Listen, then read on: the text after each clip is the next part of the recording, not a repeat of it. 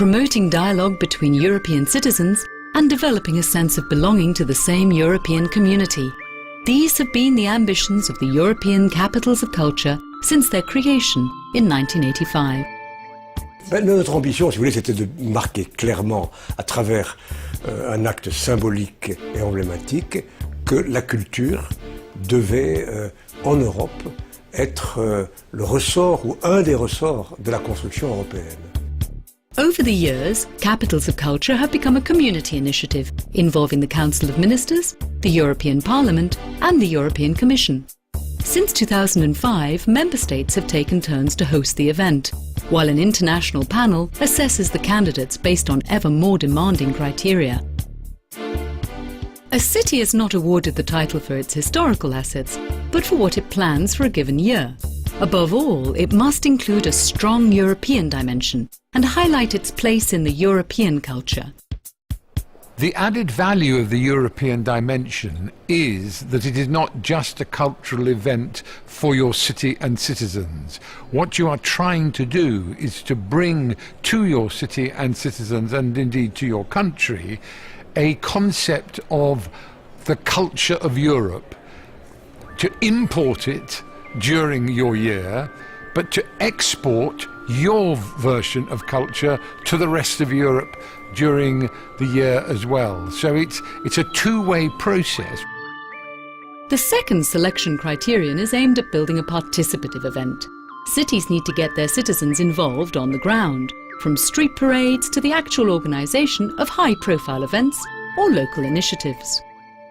The European Capital of Culture recognises that consumers of culture are not passive. They're not just recipients of something happening to them. And I think that's also important in the management of the year, that some people who are involved in the operation are from that place, so that they can continue with the work after the year and build into the legacy.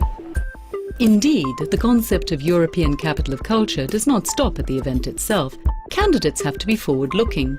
The idea is to ensure long-term development of the city. To be a successful European Capital of Culture, you first of all have to have a perfect balance between the cultural community on the one hand, providing an innovative programme, a strong local government support, which means that your finances are secure by your base political supporters, and thirdly that you have a stream of other income coming from the private sector, which will also give the programme more money and more strength. In other words, getting the title isn't a guarantee to success.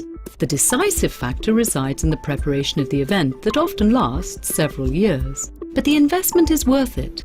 80% of the cities chosen as capitals believe they benefited from the event, not only from a cultural point of view, but also in terms of their subsequent socio-economic development. Almost all the cities have gained significant economic impact in terms of tourism, attracting large numbers of visitors, which has had a substantial impact in financial terms on the city and the region. And also cities have claimed social impacts, ways in which citizens, different groups in the communities of the cities have been working together as partners. Consequently, an average of 77% of the capital's budget comes from public funds.